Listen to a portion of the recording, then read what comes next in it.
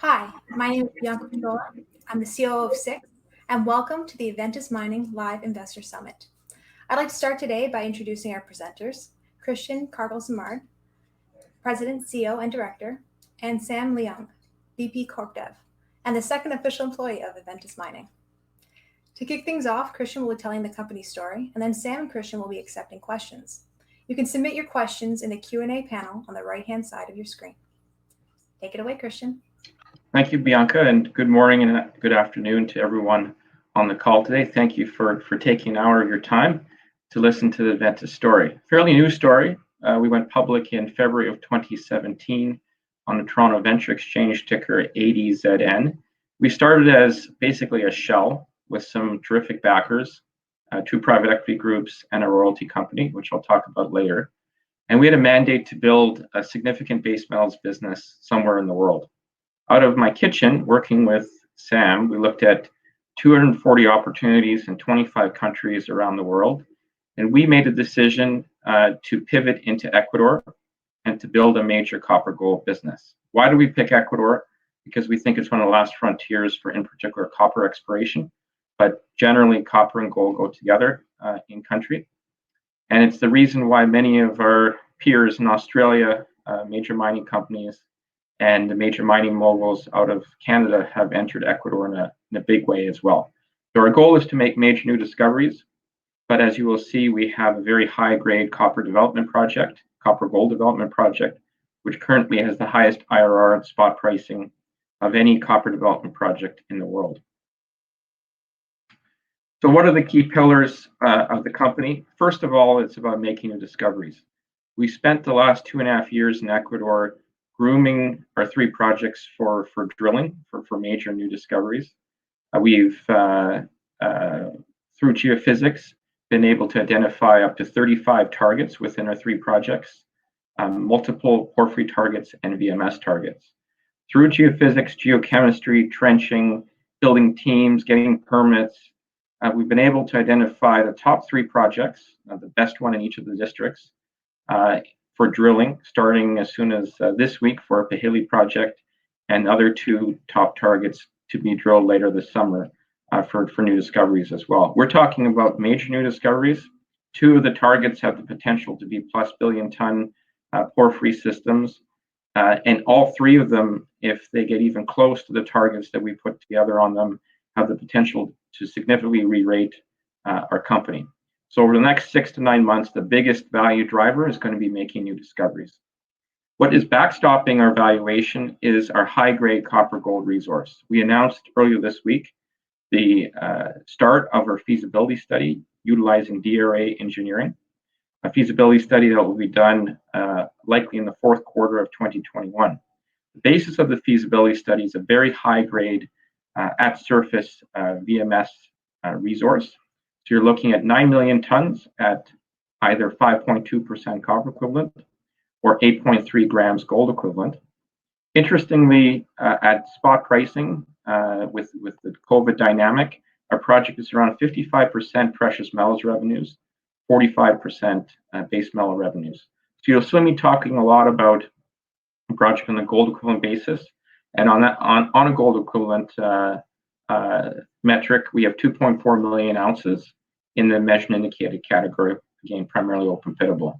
What does that equate to in terms of potential mine life and production and cash costs? 15-year mine life, producing 100,000 ounces of gold equivalent a year at C1 cash cost of $412 per gold equivalent ounce. If we compare that project to many of the Canadian gold developers, it compares very well. The difference is market cap. We're 50 to 90% discount to the well-known Canadian gold developers, and that is because we've always been known as a base metal company, and it's because of COVID where this precious metals exposure really has been able to focus investors on that. Finally, we've got world-class investors. We've got 3 strategic investors in Canada. So we've got Altius Minerals, Wheaton Precious Metals, and Greenstone. And then we've got Novus Group, which is the largest industrial conglomerate in Ecuador. We've got now 25 institutional investors and growing, And we just hit our all-time high today. In fact, every day this week we've been hitting all-time highs. So finally, the story of the precious metals exposure plus the exploration story is starting to resonate in the market. So our 3 projects in Ecuador, we were very fortunate to have a great relationship with Freddie Salazar, who runs Salazar Resources. Freddie Salazar and his team are the top explorers in Ecuador's history. They discovered Fruto Norte, which is now Lundin Gold, Cangrejos, which is Lumina, Loma Larga, which is INV Metals, and many others. And in 2017, we had the opportunity to look at their 6 projects in Ecuador, and we picked 3 for significant earn-in transactions, which are described here. Curipamba is our VMS district, where we have the high-grade project. The deal with the Salazars was we have to spend $25 million US over 5 years to earn a 75% interest. We're approximately 2.5 years into that 5-year earn-in and have spent $20 million US towards the $25 million. So once we've spent the money, additional $5 million plus completed the feasibility study, we will earn 75% interest in that project. And then we fully carry the Salazars to commercial production, but we get 95% of the free cash flow out of the asset until all of our initial investment is repaid, and then it goes on a 75-25 basis. So the key value drivers in the next 18 months are completing the feasibility study, but more importantly, making new discoveries within the district. Pijilí and Santiago are 2 porphyry districts. We now own them 80-20, and with the Salazars, we'll be drilling the best targets in both those districts this summer. And the way that the deal works there is that we have fulfilled our earn-in commitment to get an 80% interest, and we fully fund those projects to a construction decision, at which point spending is on an 80-20 pro rata basis. Looking at our capital structure and share price chart, in May there, we hit our all-time low around 55 cents. I got on the phone with our existing investors, started telling the gold story, exploration excitement, and our share price has taken off. So currently we are around 120 million market cap. We will end June with approximately 6 million in cash, which is sufficient to fund our 3 exploration programs for new discovery through the summer and into the fall. National Bank has wrapped up or rounded out our research coverage. They launched last Thursday, but these 5 groups currently cover us, and others are in the works. Through this upswing in May, we've also had an upswing in our volumes. We have now been trading closer to $250,000 a day. For example, today we're at $750,000 that we've traded. That has been an important factor to bring in new investors. The last thing I'll point out here is this South 32 JV with Ireland. So when we did go public, we had the largest land position in Ireland. And when we pivoted the company into Ecuador, those assets became non-core. And Sam on the line was able to pull off a pretty good joint venture with South 32, where they're spending significant dollars over the next 4 years to earn a 70% interest. And they're drilling deep holes on deep targets due west of Glencore's Palace Green deposit, trying to look for the next 100 million ton zinc-lead discovery. Our shareholder base is, as mentioned, a big component to the story. It's allowed us to keep the foot on the accelerator in Ecuador, be aggressive on our 3 projects, build a new real business in country. The company started again with Altius, Greenstone, and Resource Capital Funds as core investors. In 2018, Wheaton Precious Metals joined the register. This was their first equity investment in 10 years. Then Nobis Group, the largest industrial conglomerate in Ecuador, joined us last year. And last year, we started the year with 4 institutional funds, and we were able to grow that to now over 25, highlighted by Franklin out of San Francisco, ASA or Merck, also out of San Francisco, Oppenheimer and Vesco out of New York, and then a host of other major institutional investors around the world. In June, we had 3 significant exploration development updates. Starting July 6th, I have a global roadshow, a virtual roadshow, with approximately estimated around 80 institutional meetings, half of which are with funds that I've never met before. Another key strategy of Adventus is the way we built the business with Ecuador and with the Salazars is we want to empower Ecuadorians to build a long-term business. The Salazars are the most successful exploration group in country. You have Novus as the large industrial conglomerate. All of our employees in Ecuador are Ecuadorian. Our country managers are well-known Ecuadorian. So what Adventus is we raise capital, we drive the strategy, and so it's become a really good kind of joint venture or synergy between our Ecuadorian teams and Canada. And we see that as being a unique structure in Ecuador, and probably the hedges our risks the most in terms of building a long-term business in country. A little bit more about Novus. So the executive chairman is shown here, Isabelita. She's a very successful businesswoman, and she's a celebrity in Ecuador. Her late father built the largest banana export business in the world and became a Forbes 10. And she's been able to take her business and diversify it into many different industries. They're the largest commercial real estate owner in Ecuador. They co-own with DP World the new water port outside of Guayaquil. And this is their only mining investment, but it's the first time major Ecuadorian money has invested in the mining sector. And they really believe that the history of, or the future of the country is going to be driven by mining. So it was a real coup to bring them on to register. They're very commercial. They provide us with great updates of what's going on in country, and they help us make introductions as necessary. Our management team have left all kind of major sophisticated companies to join an entrepreneurial firm. Myself, I came out of 10 years in investment banking in the mining sector here in Toronto. Oliver, a country manager, prior to Adventus, built Codelco's copper business from scratch in Ecuador. Jason joined us from Nearstar, where he was in a senior technical role. Olivia, in charge of environment and community, came out of Yamana Gold. Francis, our CFO, came out of a major private equity group. Sam joined us from Lundin Mining, and Dustin, who's a project manager on the feasibility study, joined us after working on the restart of La Coipa for Kinross in Chile. Our board has representation from Altius. So Brian Dalton is the co-founder of Altius and current CEO. Roberto Dunn is the representation out of Novus and was the CEO of Novus. Mike Haworth represents Greenstone, and then we have 4 independent directors that have a very good mining pedigree and are very well known in the Canadian mining markets. This map shows us where our 3 projects are in country, and the table outlines some of the very significant investment from major mining companies around the world.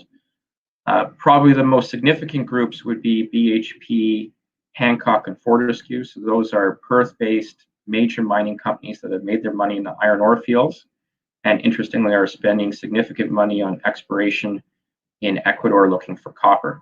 So they clearly see the same kind of opportunities that we've seen. But other companies of note, of course, are Newcrest. They have a 33% interest in Lundin Gold. Lundin Gold was the second major mine to go into production in Ecuador's history late last year. And Newcrest also has a significant investment in SolGold. Codelco's operating country. Ecuadoriente, this is owned by 2 Chinese SOEs. This was the first major mine to go in production in Ecuador mid last year, a big copper gold open pit mine. And Anglo American is there, etc. Interestingly, around our 3 projects, we have a major operating.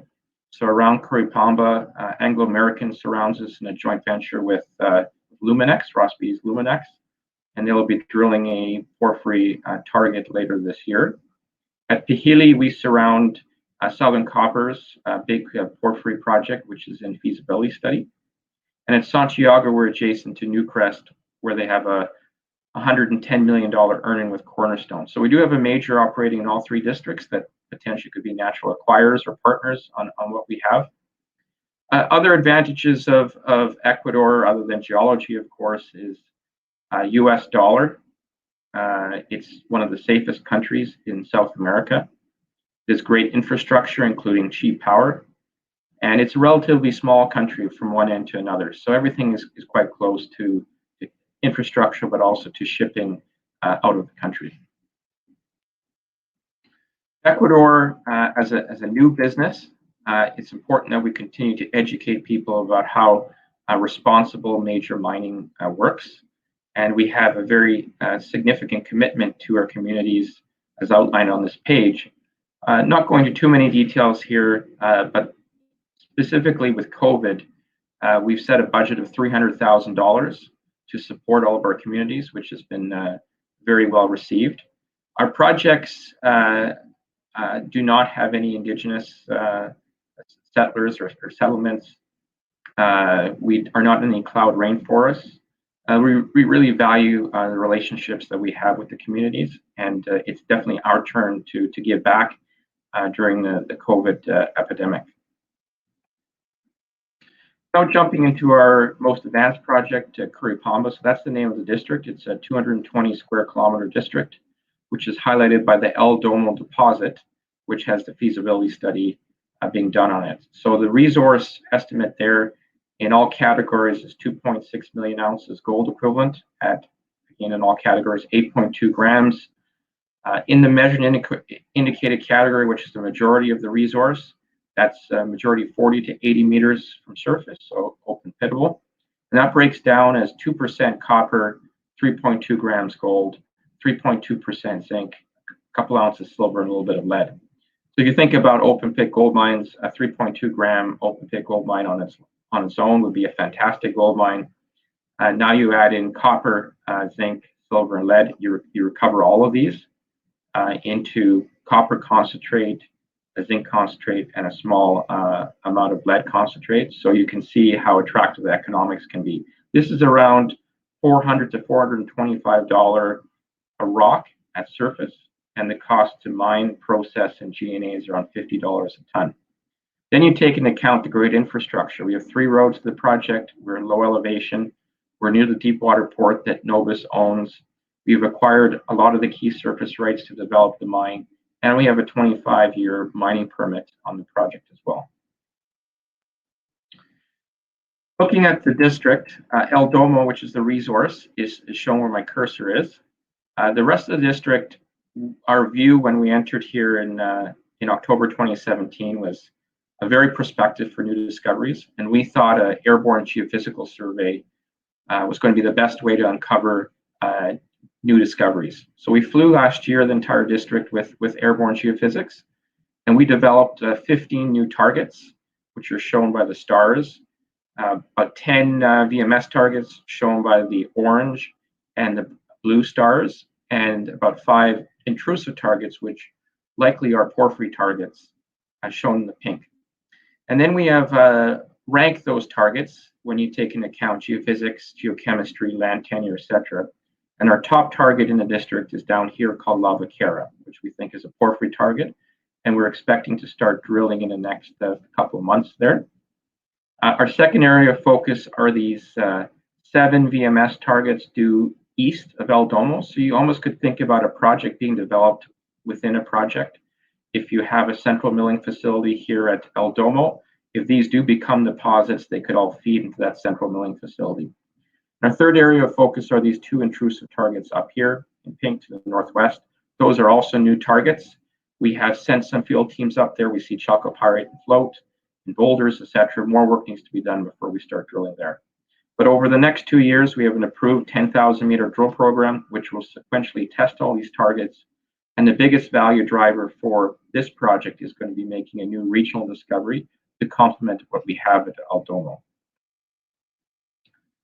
This is showing the geophysics for the district. The light purple is conductivity at a lower cutoff, the red at a higher cutoff. The blue circles are geochemical anomalies for copper, gold, and zinc that were known prior to Adventus showing up. And the red ovaled areas would be brand new targets that were generated through the airborne geophysics. One takeaway, though, is here our top target, La Vaquera. You see a clear coalescence between the geochemistry and the geophysics. So La Vaquera, down in the southern part of the district, there is a operating open pit kaolinite mine, and in the maroon is a granitoid that wraps around our key target here. Those are important ingredients generally in porphyry exploration. And if you do go to the south of this granitoid, a Chinese group has made a decent porphyry discovery. If you go back to 2008, when the Salazars were starting in this district, they were focusing on this oval, where they drilled a bunch of good gold-silver intercepts from surface, including the likes of 12 meters of 2.3 grams gold, an ounce silver, etc.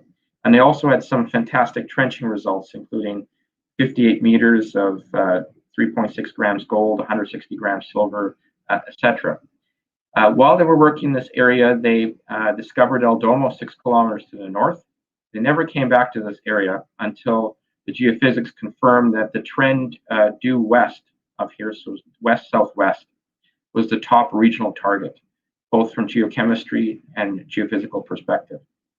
So what we have done over this 2-kilometer trend is develop 7 wide-spaced holes. There will be 400-meter holes for a total of 3,000 meters of drilling. And that will go from approximately August to the end of this year. That the system looks like it starts right at surface and goes down to 400 meters. So that's our first shot of significant discovery. Arm wave, maybe we have a couple 100 million tons at good copper and gold grades within the porphyry. Now jumping back to El Domo, which is subject to the feasibility study, this is how it looks. In red is the outline of the open pit. You can see all the drill collars. The measured indicated is largely drilled to 20 to 25 meter centers. And then there's an underground tail that continues the mine life underneath this barren andesitic dome. And the resource is open on the other side of that dome. Our best drill result was in 2018. We drilled 24 meters of 11.5% copper equivalent, starting 40 meters below surface.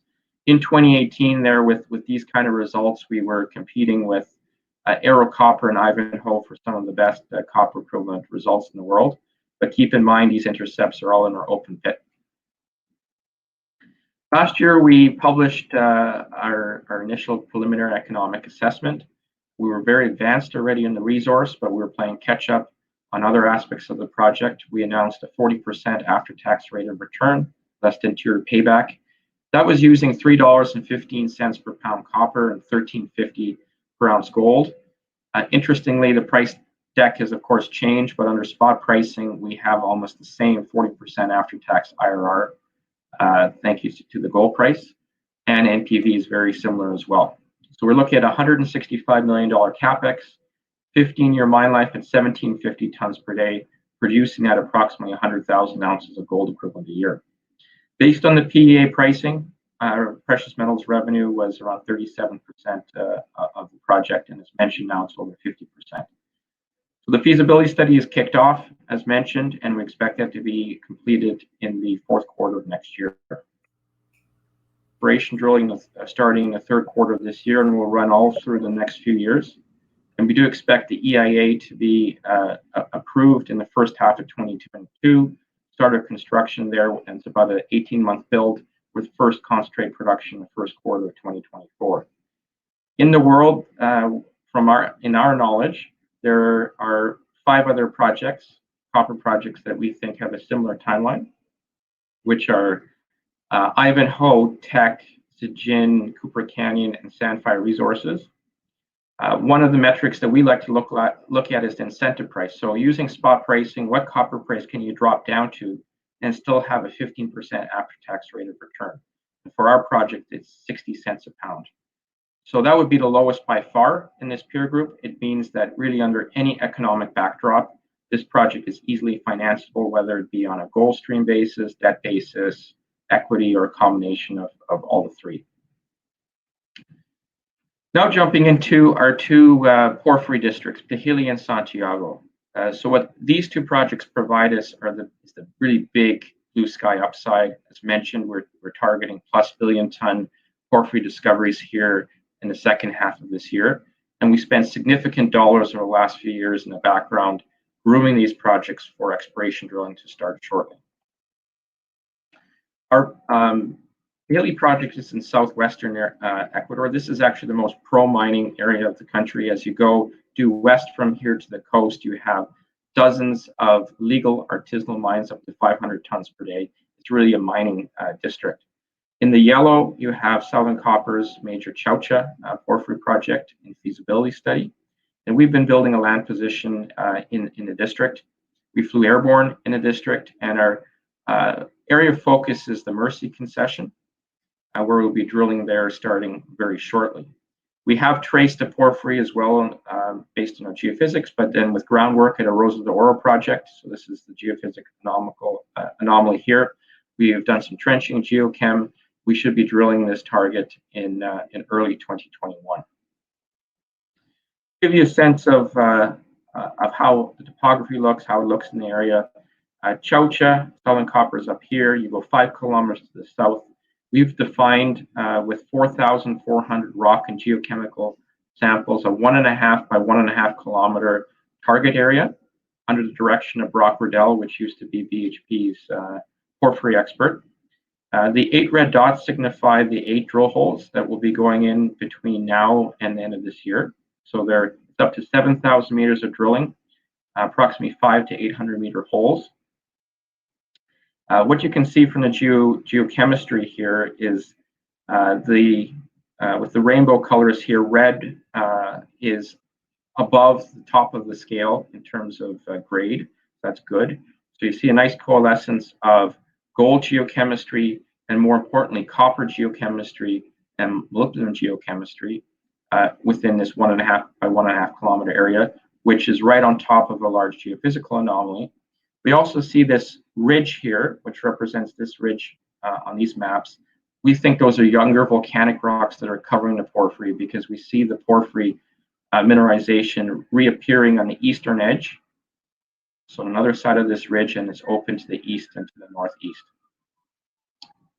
Our camp and main community in the region is at Cascajo, but you can see it's sparsely populated. These valleys are 500 meters from top to bottom. That really helps in exploration.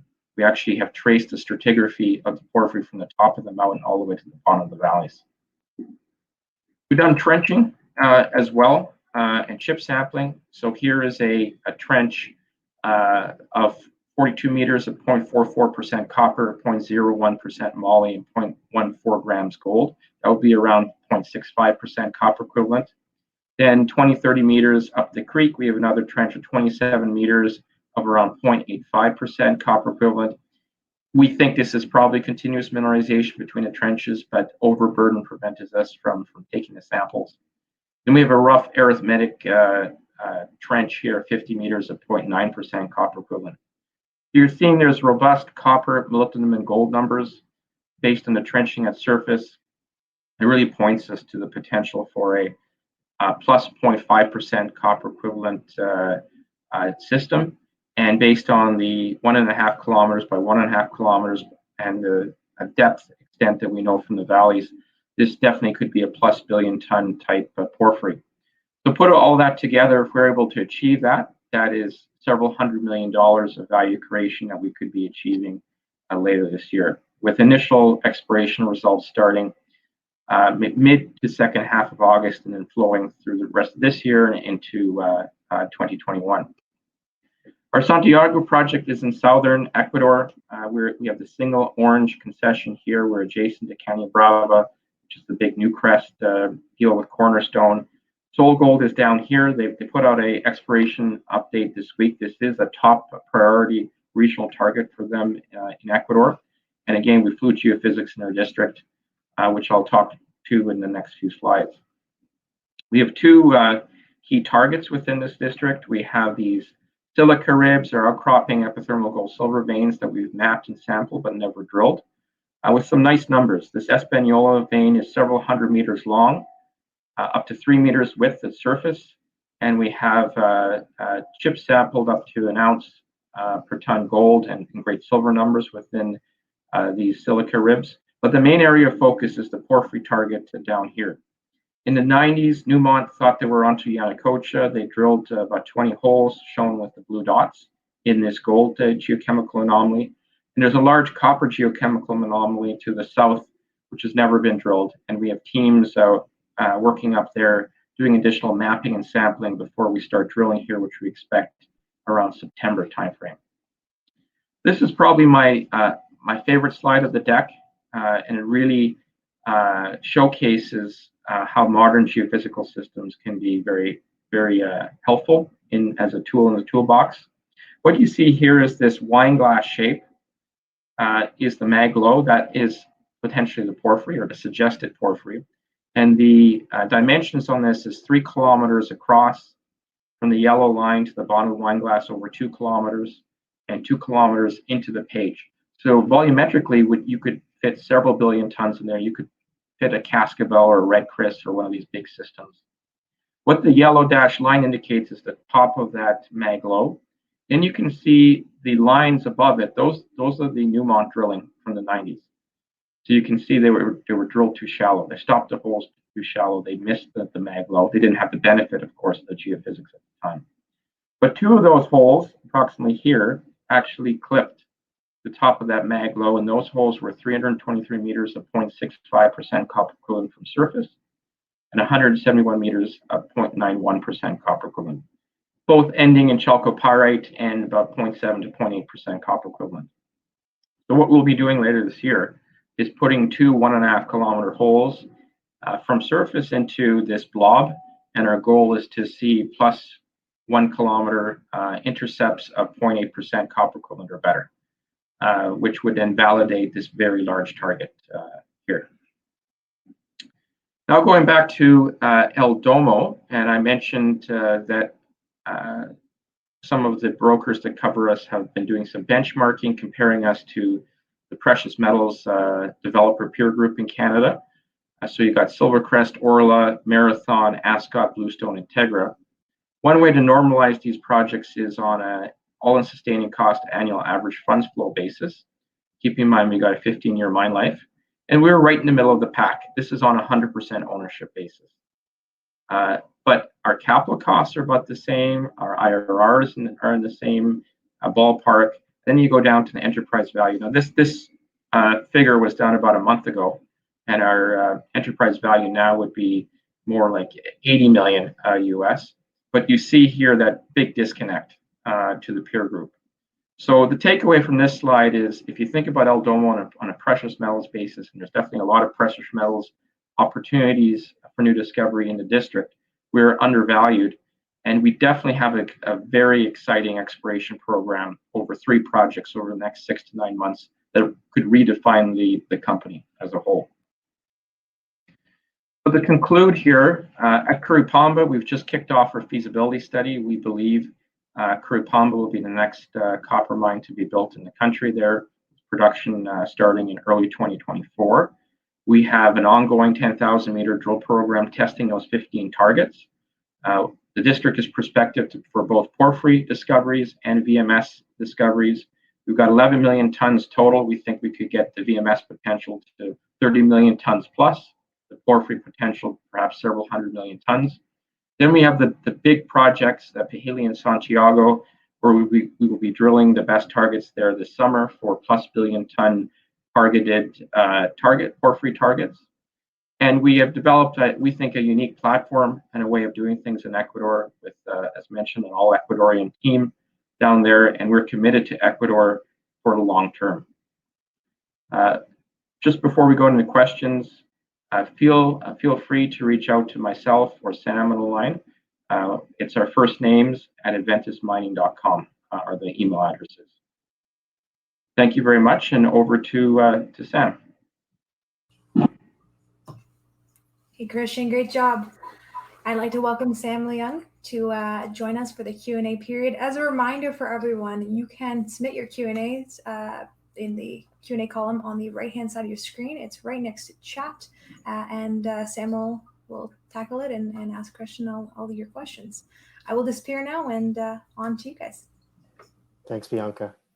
Hi, everyone. Okay, so we've received a few questions. As Bianca mentioned, please type in your questions on the Q&A tab. First question for you. First general question is, people are asking about the presentation. It's the same presentation that we have on our website. We strive to update that on a regular basis. And right now, this version contains all the updates from our 4 June releases. So the PDF's available there. First question, Christian, on the Nobis group. So how did Adventus meet Nobis? And are there other Ecuadorian investors in Adventus? Great question. And it wasn't our master plan to build an Ecuadorian shareholder base. To be honest, we never heard of Nobis until late 2018. But in Latin America, law firms act, of course, as law firms, but also as quasi-investment bankers. PBP is Nobis's law firm in Ecuador. They had a mandate for several years to find a mining investment that was right for them. The PBP lawyers know our lawyers at Andrade Veloz, and they got together, made the introduction, and we spent about 8 months in due diligence, resulting in the investment in May of 2019. And since then, it's been fantastic. So it was just luck, chance, a word of mouth. And what's also great on the second part of the question is, because of the reputation of Nobis, that's attracted additional Ecuadorian investment, a few additional million shares, and that is an area of focus for the team to try to grow that Ecuadorian ownership, because it plays well to the strategy I was mentioning before about how we think our platform is unique in country and how we're building it. Okay. Second question here is, what is the funding plan going forward? How will you finance the El Domo build and as well the porphyry exploration out of Pijilí and Santiago? Another good question. We will end this month with around $6 million in the bank, as mentioned, that funds the 3 exploration programs to the end of November. So hopefully we've got some new discoveries before we go back to the market. To date, all of our funding has been through equity. Companies at this stage, and all 3 of our projects are best suited to do equity financing. That said, if we think about El Domo, the project kicks off, depending on which year, in the range of 40 to 45,000 ounces of gold and silver as converted to gold, so gold equivalent. Wheaton Precious Metals is a major shareholder. They have a right of first refusal on a precious metal stream from El Domo. We've had very high level initial discussions, and there is more than enough precious metals to fund 100% of the capex plus just on a precious metal stream, still making the project lowest quartile cash cost on a copper basis net of credits. So in terms of funding a mine, in my view, this is one of the easiest ones to fund in my career, because of that flexibility of streaming precious metals. The debt capacity of the project is around 140 million, plus already are very strong equity holders in the company. Second part of the question, Christian, was the financing of porphyry exploration. I guess maybe you can speak to the scale difference and kind of approaches that we've discussed. Yeah. So our methodology on exploration is we do the boring and long-dated pre-drilling work, which is geophysics, geochemistry, trenching, everything I alluded to on the 3 targets we'll be drilling later this year. That allows us, in our view, to increase the probability that when we drill, we will be successful. So we have pretty surgical drill programs when you think about it. 3,000 meters at La Vaquera, 3,000 meters at Santiago, and 7,000 meters at Pijilí, total of 13,000 meters. And it's really for a proof of concept. We're looking for above average global copper equivalent grades on these projects, so 0.6% copper equivalent or higher. If we got a technical success, let's say 0.1 or 0.2% copper equivalent, we just move on to the next targets. So our long-term plan is to complete the drilling programs this year, take a step back, evaluate, probably do one more phase next year. And if all goes well, we think that is sufficient then to attract a joint venture partner or an acquirer of each of the assets. Okay. On that note, another question here is Adventus looking at additional acquisitions inside or outside of Ecuador? So we're definitely not looking outside of Ecuador, especially with how attractive the country has been. One of the things I forgot to mention was, if you think about the top jurisdictions for investment during COVID, Canada, Australia, of course, but in our view, it's Ecuador, with all the equity financings, the Franco-Nevada endorsement at SolGold and a Newcrest buyout of Orion and Blackstone, prepays and streams at Fruto Norte. So clearly, Ecuador is open for business. Investors are paying attention. I talked about how competitive it was, and of course, we've got 3 great projects already in Ecuador. So we're plus we got the platform that I mentioned, and Novus and other Ecuador investors. So we're either going to be very successful in Ecuador, or we're going to die trying to. We are always out on the lookout for additional projects.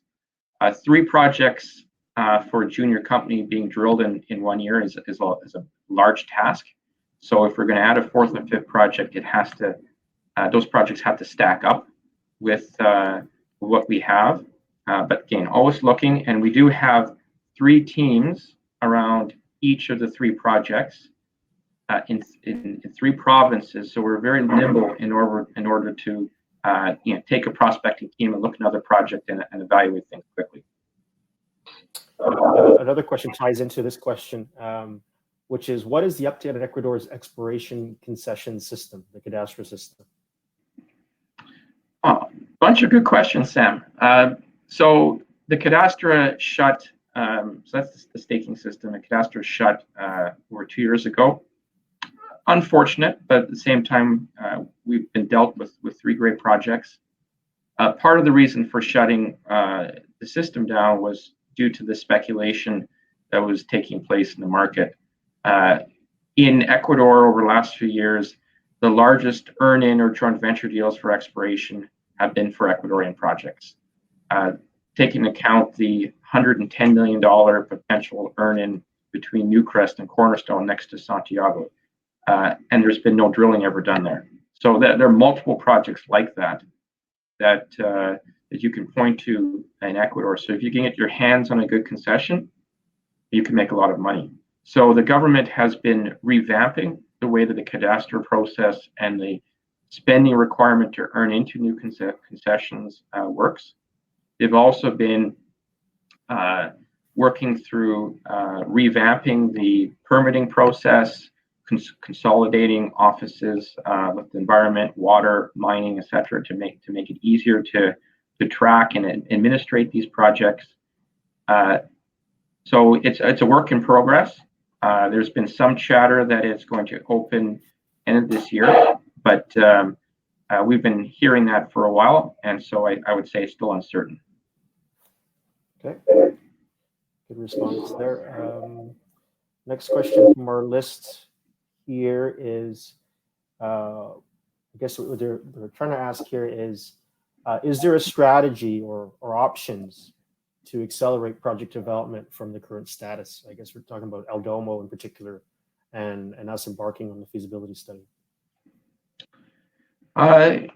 So with COVID, we've had to take a step back and re-engineer our programs. So we're conservative, and we're thinking about our workers first. What that means is we feel quite comfortable that we can put a drill rig on exploration on any of our 3 projects with a surgical team, say 10 people in a separated camp-like environment. And that's the focus that we have on these 3 projects through the summer into the fall. Where it gets trickier is when you got the feasibility study activities, and you have to involve multiple contractors, drilling rigs, drilling different types of rigs, and ultimately oversight from QPs, qualified persons. So the rate limiting step for our feasibility study is actually expat oversight of the geotechnical and hydrogeological drilling. So then the question is, when can someone from Vancouver, for example, feel comfortable to travel to Ecuador, do the 2-week quarantine, self-quarantine, then work in the field, and then come all the way back to Vancouver and self-quarantine for 2 weeks? So that's a tall task for most people. And so our best guess is that we're able to get started on the field work for the feasibility study in September or October. And that's the rate limiting step. If that happens, then that feasibility study is done fourth quarter of 2021. When it comes to exploration drilling, we think that the drilling programs are right-sized for the targets on the 3 projects as mentioned. We, behind those 3, have up to another 30 that are in different stages. I would say with additional capital, we could probably accelerate the exploration work, probably add more drill rigs. But keep in mind, we are in a COVID world, and we got to be cautious.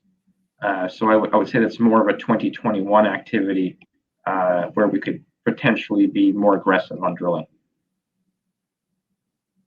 Okay. Maybe a step back question. It's a good, I think there are a couple of questions here related to this. What have been our biggest challenges working in Ecuador? And do we see those issues changing? Well, we wouldn't have entered Ecuador without a strong local partner. The Salazars, well, keep in mind, Sam and I are working out of my kitchen. We never had worked in Ecuador before. Starting in a new country like Ecuador, was a big jump or big test for us. But the Salazars and their existing infrastructure made it an easy transition. And we've been working on building those teams out with our team here in Canada. So we haven't had many growing pains in terms of strong people, resources, etc. Where it's been more challenging is because the mining industry is fairly new in Ecuador. There are few contractors. The best example is our airborne geophysics. We were planning to fly the geophysics in 2018, and we only got it done in 2019 because there's only one helicopter company, and there were import restrictions on bringing in geophysical equipment. And then you've got rainy seasons that get mixed up in that, and there were some mechanical issues with the actual geophysical equipment. So, I think all of that said, Ecuador has been 3 steps forward, 1 step back, and the 1 step back is just the growing pains of a new country in the mining business. Yeah, I think I would add to that. I think we added a note to it on the feasibility study news release that with the start and completion of Fruta del Norte and Mirador, we've seen a huge uptick in interest from an HR standpoint. A lot of people who were part of those design and construction teams have contacting us, and they're trying to target the next projects within Ecuador. I think that's a huge indicator of where things are going.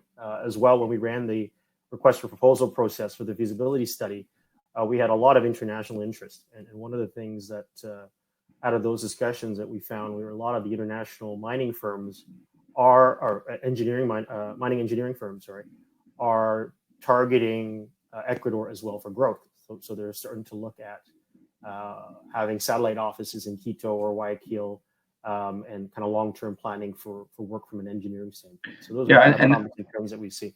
And DRA, who's our engineer for the feasibility study, is a great example for that. They just recently done a feasibility study for one of our peers in Ecuador, and they specifically want to grow their aptitude in Ecuador and Ecuador's growing mining business. Yeah. Okay. Another question. This is a general political question. Can we comment on the political scene in Ecuador, the timing for the next presidential election, and any indigenous issues? I guess, Christian, you already made a point that there are no indigenous groups within our projects. It's obviously one of our big criteria in how we evaluated these acquisitions 2-3 years ago. Do you want to start commenting on the political scene and timing? Yeah, I'll address indigenous first.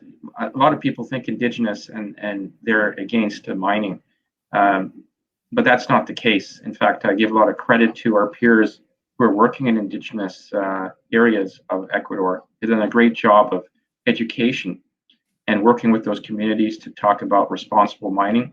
And a lot of indigenous groups now in Ecuador are supporting the mining business. So I think that's a great job and a continuing great job from the groups.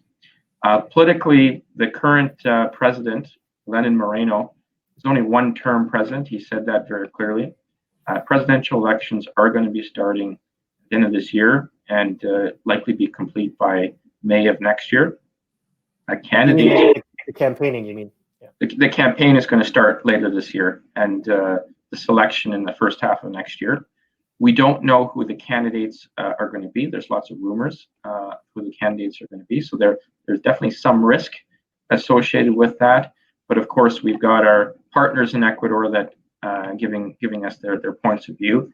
I think the biggest thing is that mining has now been formalized to a point, and is such an important part of the overall fabric of the country, with two major mines now in production, hundreds of millions of dollars being spent on exploration and development, really the main source of growth for the country and foreign direct investment, that it really doesn't matter who the political party the president is representing. All parties are going to have a pro-mining platform. Okay.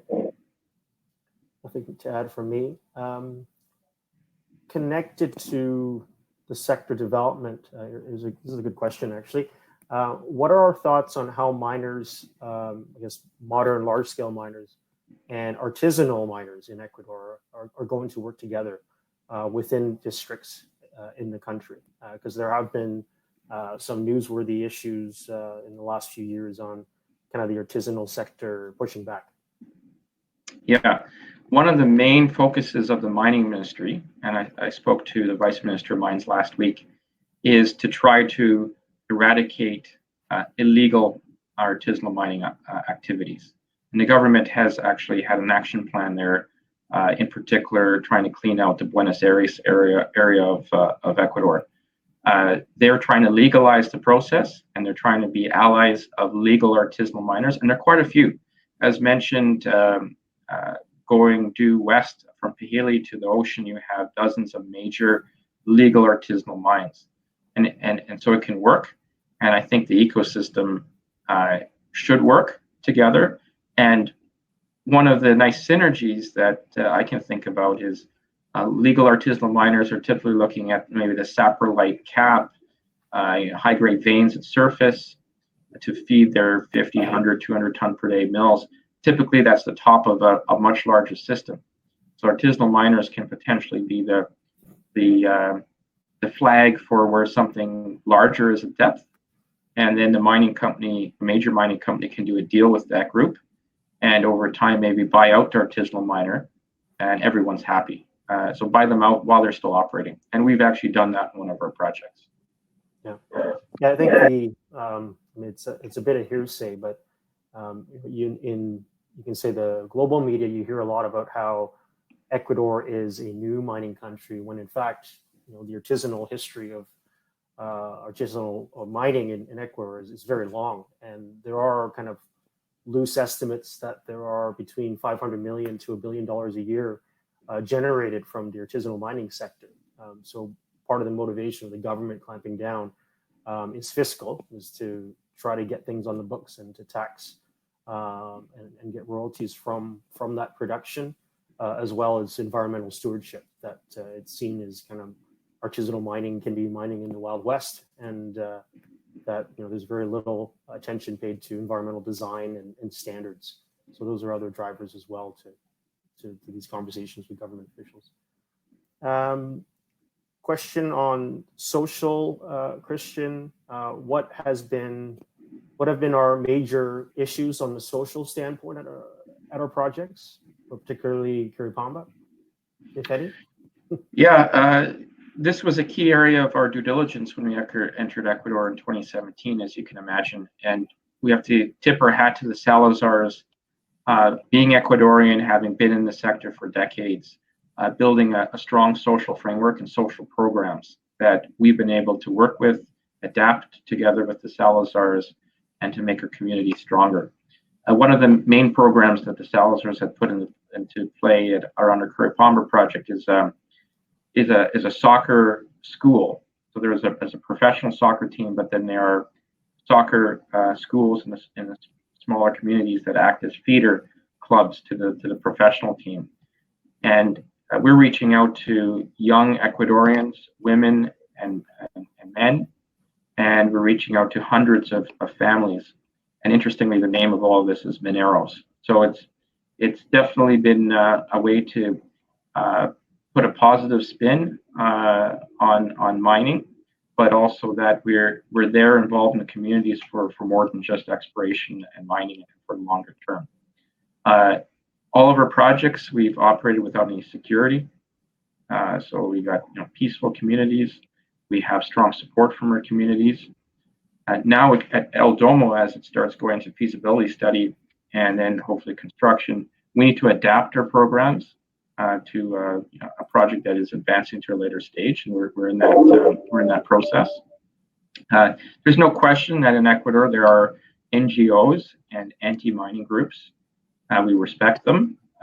We like to work with them, and if possible. But in the past, groups have come to the area around Curipamba, for example, and the local communities have said thank you, but no thank you. You're not welcome here.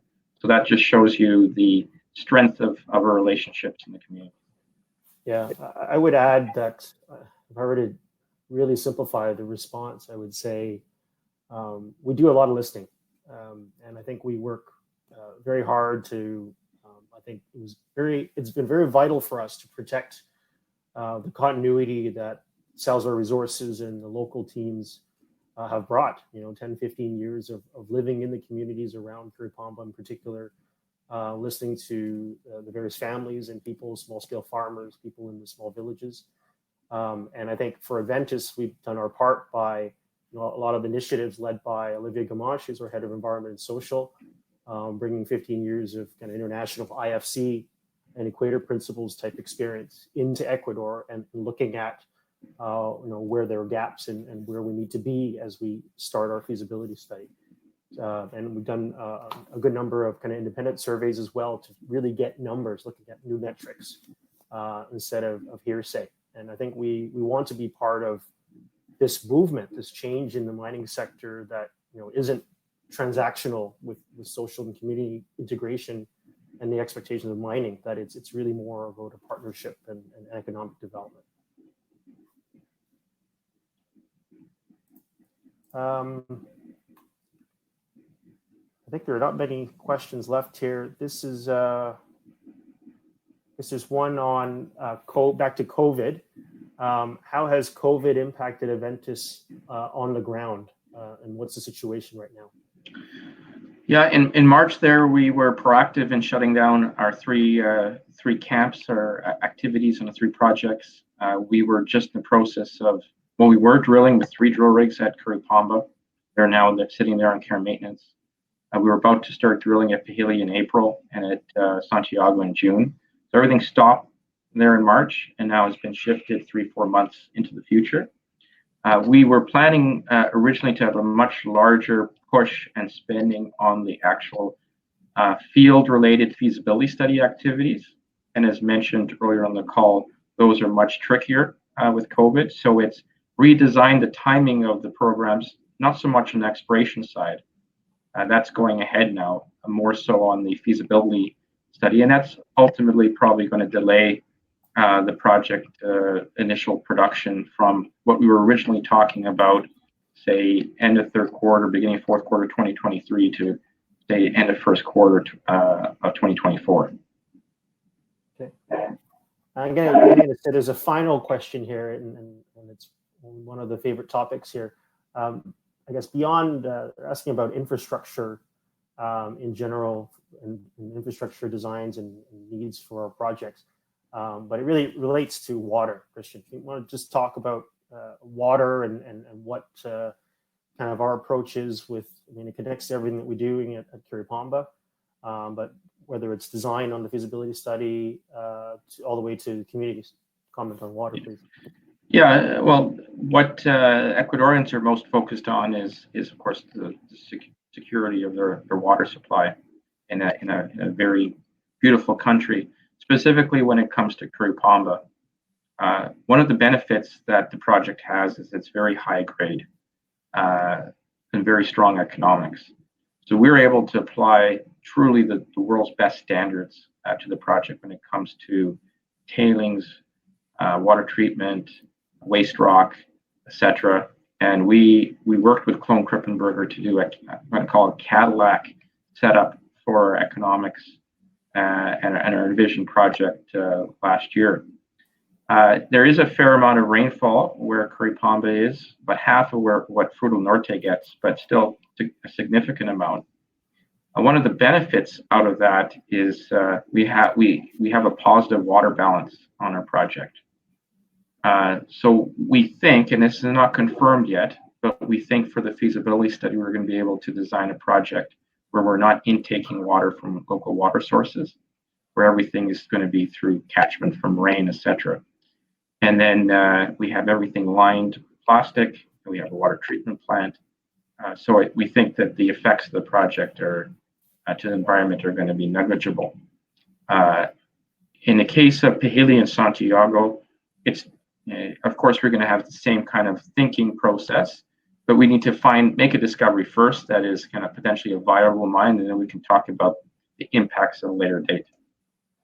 Yeah, I think water as a question comes up quite a bit with investors of ours and marketing meetings, especially around Curipamba. And it's a really good question because obviously Ecuador is a very green and tropical country in the most part. Around Curipamba, I think we should note that it's west of the Andes, the first Cordillera of the Andes. So we get a lot of rain, and it's about, you can look at the PA, but it's about 2 meters of rain a year, which is a lot. But relatively speaking, compared to Fruto del Norte or the operations in Zamora Chinchipe, I mean, they get up to 4 meters of rain. So I think it's relative, it's seasonal. The work that our teams have designed in conjunction with what we think are the best international engineers looking at this, and KCB and Knight Piésold. We're doing all the monitoring wells as well, full seasons around as part of our feasibility study and as part of our future EIA. More questions. I guess people still want to listen in. So question back to, okay, this one's connected. Would you have any permitting issues because of the prefect or province that we're located in? So question about permitting, Christian. So the simple answer to the question is nothing that we foresee. We are about halfway through the EIA process, which is a program designed by Knight Piésold. We installed significant monitoring stations last year. There are no endangered species or archaeological sites. We remain in contact or close contact with all of our communities. As mentioned, we're trying to make the project as easy to permit and develop and execute on. So things like no water intake, potentially no power line, we could operate on diesel. On the fact that we've got a very tight footprint for the project and a positive water balance, all those kind of things, I think can make a very attractive project. Because ultimately, we want to be good stewards for the environment. We want to be good partners with our communities, the province, and the country. And through the process, everyone involved makes money. And I think that's very doable on this project. And so I don't foresee any issues in any steps of the way to getting that EIA stamp in 2022. Okay. I think I'm going to call it there for questions. Great. Oh, there's Bianca.